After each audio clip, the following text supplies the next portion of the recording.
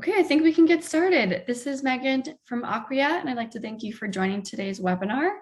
We are joined by Brett Bothy, Principal Product Marketing Manager at Acquia, and Herbert Hall, Marketing Campaign Specialist at Acquia. Just a few housekeeping items before we get started. If you have any audio issues, please send them in the Q&A tab and I will assist you. If you have any questions for the presenters, please submit them in the Q&A tab as well, and they will answer them at the end of the presentation. Slides and recording of this webinar will be posted to acquia.com and also sent to you over email within the next few days. So without further delay, I will pass it over to you, Brett. Awesome. Thanks, Megan. So as Megan said, I'm Brett. I work on the product marketing team here at Acquia, supporting Campaign Studio and Campaign Factory, which are our two marketing automation tools here. And my name is Herbert, and I'm a marketing campaign specialist at Acquia, and I use ACS full-time for everything from email marketing to campaign management and journey building. And prior to my time at Acquia, I was a full-time power user of Hubspot for 2 years, primarily focusing on email marketing, social media marketing, and content management. And Brett, I believe you have the next slide. Yeah, so Herbert and I are going to be tag teaming this presentation, and we'll be going back and forth. But first, to start off, let's talk about what to consider when buying a marketing automation platform. It's a pretty busy market. There's a lot going on here. And I think one of my favorite stats is actually from Gartner from 2020, where they basically estimated that the majority of B2B marketing automation platform users use somewhere between 1/3 to 2/3 of the functionality that they pay for. So I think the question is, how do you avoid that? How do you avoid overpaying for a tool that is basically a necessity at this point, but still get what you need? So I think the main 4 considerations for that are really, the first one is really about trainability. When you think about buying a tool, is your team going to be able to use it? Are they going to be able to spin up campaigns quickly and deploy them quickly? Does it require certifications in order to use the tool? It's a really important investment piece in terms of time and resource management. The second question here is, how well is this tool going to fit within your existing tech ecosystem? The thing you definitely want to avoid is buying technology that's going to be a black hole for data and not feed into or receive data from the rest of your ecosystem, and make sure it plays nice with all of your other tools that you're going to need to run your marketing programs. This third one is really about pricing flexibility. So there are a lot of marketing automation platforms on the market that lock you into maybe a price that will work for you next year when you are sort of fully scaled up and ramped up in the way that you want to, but making sure that really the pricing that you're paying for works now. And then lastly is just making sure that the price is fair and that you're not going to pay for those features that you don't need, and that you're going to be able to realize your return on investment for technology investment quickly. So those are sort of 4 key themes. And I think where we want to go now is really introducing you to Acquia Campaign Studio. So without further ado, really Campaign Studio is Acquia's marketing automation platform tool. So obviously this allows you to not only create campaigns, but to deploy them via automation and then pull reporting and learnings and analytics from that. So this graphic on the right here really just defines sort of the different components of that. This first layer really is about being built API first, which is important, as we mentioned earlier, but Campaign Studio is built API first so that it can pull data and integrations into your entire customer journey management experience. The second layer is about making sure you're segmenting smartly and pulling data in from other places so that you understand more about your customer, who they are, and how to speak to them. From there, your marketing managers are going to build journeys with our visual journey builder tool. They're going to design obviously campaigns that include things like dynamic content and overall personalization to those audiences.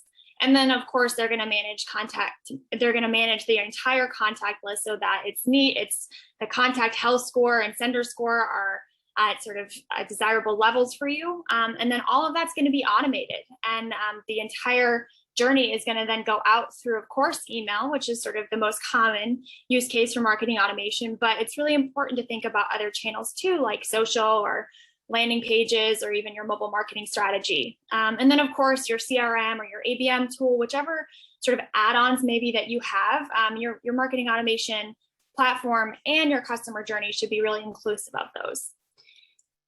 So without further ado, what we'd love to do is really talk about the areas where Campaign Studio is sort of above, in our opinion, some of our friends in the competitor field, particularly HubSpot. So I'm going to hand it over to Herbert to talk through, using HubSpot after using HubSpot for 2 years, and now after using Campaign Studio, why Campaign Studio has an edge in these particular categories. Yeah, thanks, Brett. So if you can go to the next slide, please. Perfect.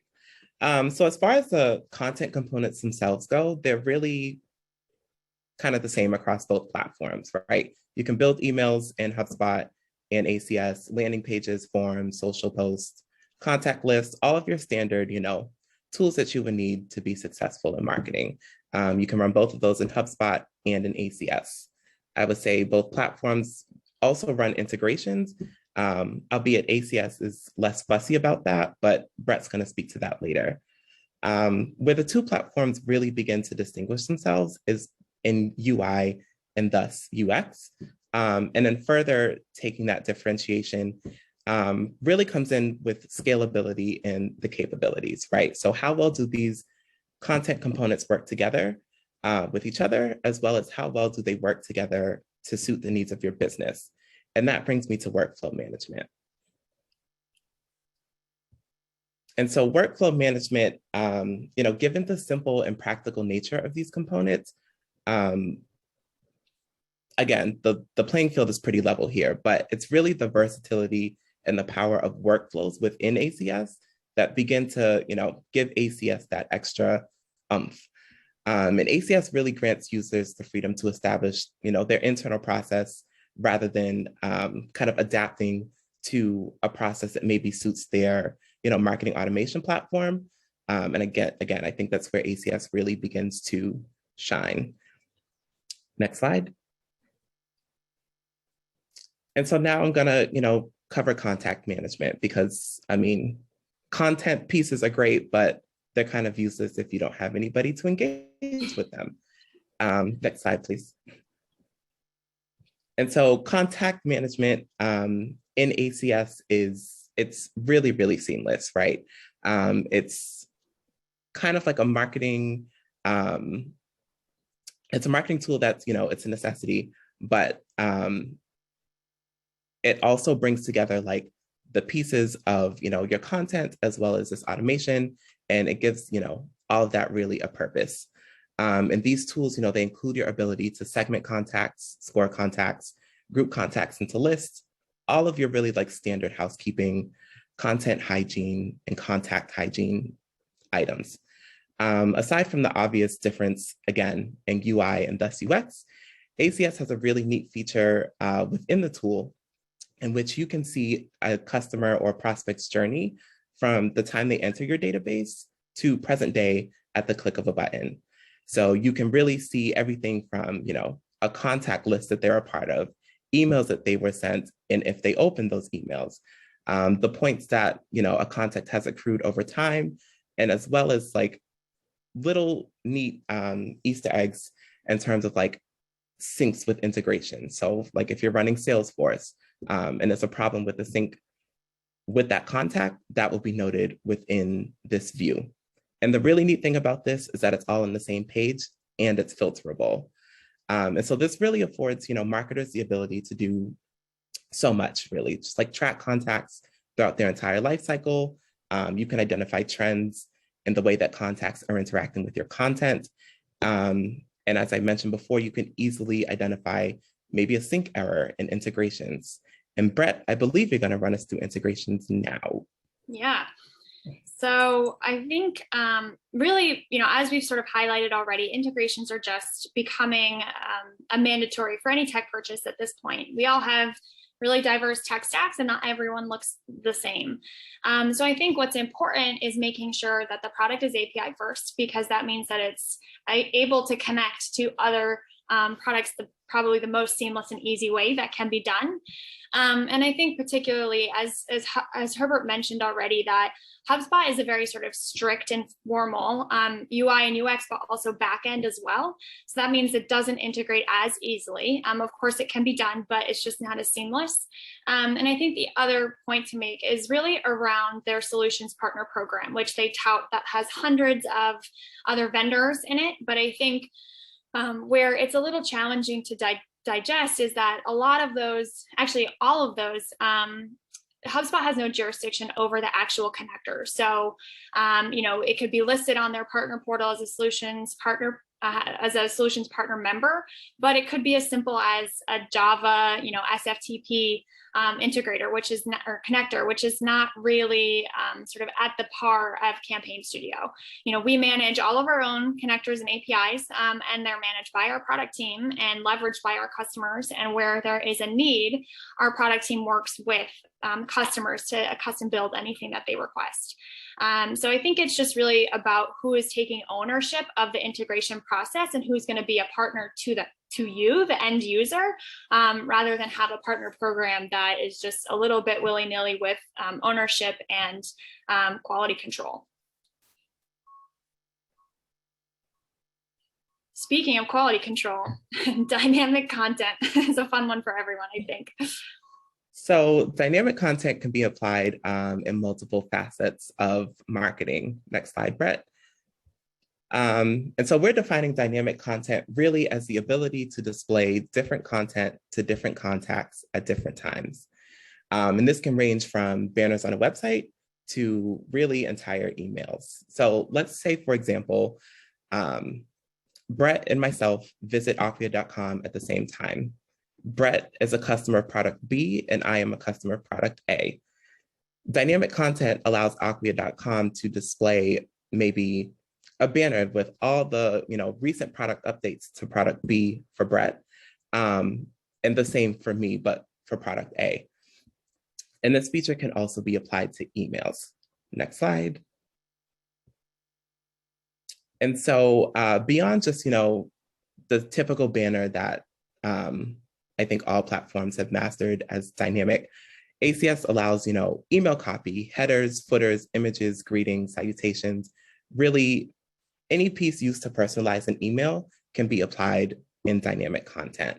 And at Acquia, we actually use this feature in our newsletters. We use it to cut down volume while also offering a more personalized experience for people who read our emails. And this leads me into kind of the meat and potatoes of this feature, right? So like why is dynamic content important? And it's a win-win for both the marketer and the receiver of the content. I would say the receiver of the content, they get highly personalized content, whether or not it's an email or their visit on the website. And ultimately that improves customer experience. And improved customer experience typically increases engagement, thus improving key marketing metrics and overall the ROI of your marketing program. And then on the marketer side, we can create these personalized experiences with a lot less fuss. And by less fuss, I mean less emails, less workflows, really less components, and a bit more accuracy. And it's important to note for anyone who is currently using ACS, who is interested in dynamic content, do not forget to create a default version just in case somebody slips through all the filters that you did set. You don't want anyone to receive blank content or a blank email. Just a little pro tip. Next slide. And then Journey Builder. So I touched on Journey Builder a little bit in this presentation, but Journey Builder is really what sets ACS apart from its competitors. So simply put, Journey Builder is our workflow automation. If you're sending an email, you can use Journey Builder. If you're building a contact list, you can use Journey Builder. If you're collecting webinar attendees and no-shows, and let's say you want to push them to individual campaigns, score them, and then send them an email, you can also do that through Journey Builder. Next slide. And so Journey Builder it's really important because it ties all of these components together, right? The UX it's very, very intuitive. And it's also a bit playful, which is nice when you're managing like really large campaigns or multi-step campaigns. And the sheer power and the functionality of this feature is truly unmatched. The Journey Builder in ACS, it's really what allows, in my opinion, the platform to be like so flexible and so dynamic, especially when it comes to the needs of not only the marketer, but as well as the business as a whole. And it really just provides tremendous value to the marketers and the business as a whole. And Brett, I believe you're walking through Campaign Factory next. Yeah, so the next thing I'll talk about is distributed marketing and distributed marketing tools. So the feature that, again, on top of Journey Builder really sets our tools apart is this idea of distributed marketing, which is multi-tenant marketing automation. So what that looks like is Campaign Factory, as we call it, is ultimately sort of a parent view across multiple instances of Campaign Studio. There really isn't many other tools like this. I mean, HubSpot certainly doesn't have one, but actually most of our competitors in the entire marketing automation field don't really have a multi-tenant framework. And so where this is helpful to marketers is perhaps in distributed environments. So maybe your team is sort of across the globe in different regions. And that's a benefit because, you can manage the entire contact list in one instance of Campaign Studio. And, you can comply with GDPR rules that are relevant to that region. But you can also sort of at the parent level set a framework for brand guidelines, for example. So no one can break brand guidelines, which often happens in distributed environments. And then also you can even sort of rely on the same central resources that maybe are in sort of the global headquarters office, where you can set like a golden template, which means you can build your perfect journey, leveraging the Journey Builder tool Herbert just walked through, which uses if-then logic for different audiences and can be multi-channel. So maybe your first touch is an email, but maybe the second touch is social, or whatever you would like. But you can set that as a guardrail that each individual instance of Campaign Studio can then use. So this multi-tenant framework has a lot of different use cases. There could be individual business units from one same parent company. There could be franchises who have sort of one central brand, but a lot of different unique owners. So I think it's pretty differentiated and there's a lot of different use cases for it. But the idea is, or the thing to walk away understanding is that each Campaign Studio instance is exactly sort of as we talked about earlier in this presentation, but the Campaign Factory product gives you this parent view over all of them. And there's no limit to the number of Campaign Studio instances you can have. I think we have customers running upwards of 500, and we have some who are running upwards of 10 because that's what their business requires. So it's a pretty cool feature and it's fun to talk about, but I'll move on to something a little bit more brass tacks, which is price. And I'm actually really looking forward to the slide. It's probably the simplest slide I've ever created for a webinar or presentation, but that's because it truly is that simple. We charge for Campaign Studio based on the number of contacts you have and the volume of your send level. So I think the idea is that it just should be exactly what you need it to be. Maybe the state of your business is in one place right now, and that's going to work for the next 6 months, but you hope to grow your contact base by the end or by Q2 of next year. And then you can sort of build in those contract assumptions based on your marketing goals. And likewise, if you need to re-platform your marketing automation tool and you're worried about the number and the cleanliness of your contact list, and you need to start with some, but you hope to have pared that down in a quarter, that's no problem. We're very flexible. And I think that really sort of leans into sort of the use of the product as well. It should be flexible. You should be able to determine how you want to use different workflows, how you want to manage contacts, and how you want to pay for this tool. So I think lastly, we'd be remiss if we didn't share just a few customers' win stories and really sort of where they were able to find value in Campaign Studio. And I won't walk through all of these, but I think some of my favorite ones are really under U-Test, really this idea that they were able to reduce user churn, which is sort of their end users churn within the first 30 days by leveraging Campaign Studio, which really just speaks to the quick turn capability that this product has. It's super user friendly. You can deploy campaigns within a week of having it. And I think the other piece that's really fun, if you go to the RX marketing one, kind of at that bottom right, it's just like purchasing Campaign Studio actually enabled RX Marketing Group to reduce their email and automation solution expense by 30%, so that they were paying for exactly what they needed and nothing more. So just some fun stats to throw out there. But I think ultimately, to sort of recap what we've discussed before we head into Q&A, is really, where does Campaign Studio win versus HubSpot? And I think the thing that I would just love to harp on is really this best of breed sort of open approach to tech ecosystem. If you're unfamiliar with Acquia as a brand, we are an open marketing company. We're an open source on our web content management side of things. And ultimately, what that means is that we build our products so that there is a healthy tech ecosystem, and they're not meant to be sort of this black hole of a tech in your entire ecosystem.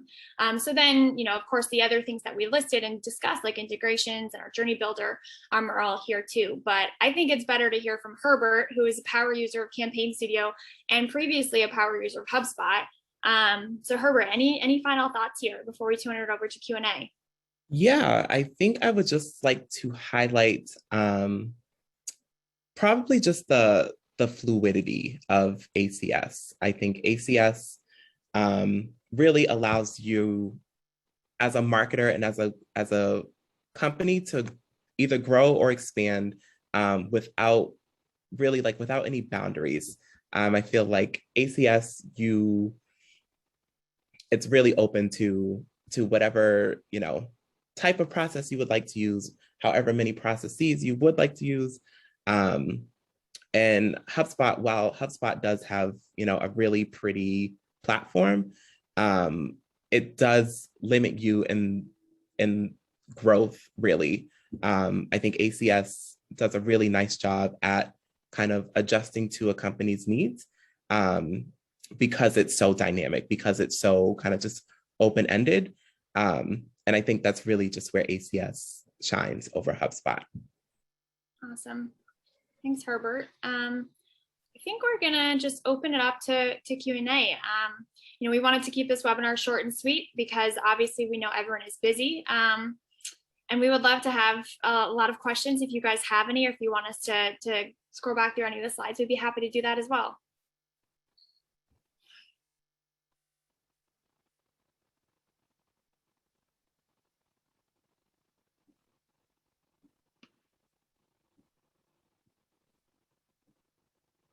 So I think, here we go. Does Acquia allow customers to purchase just the forms tool a la carte? Unfortunately not. We pretty much sell Campaign Studio as one tool.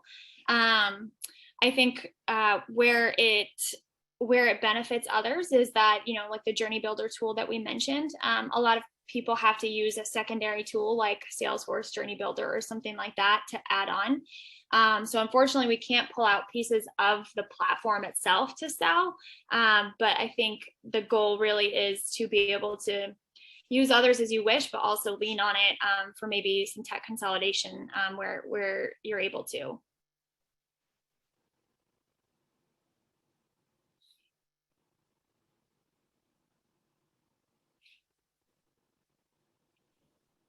Any other questions?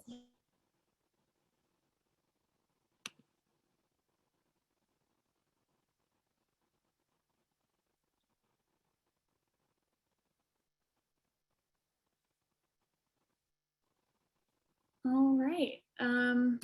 Megan, do you want to help close us out, or are there any questions that I may not be seeing? I think that might answer it for today. Yeah, so thank you everyone for joining us.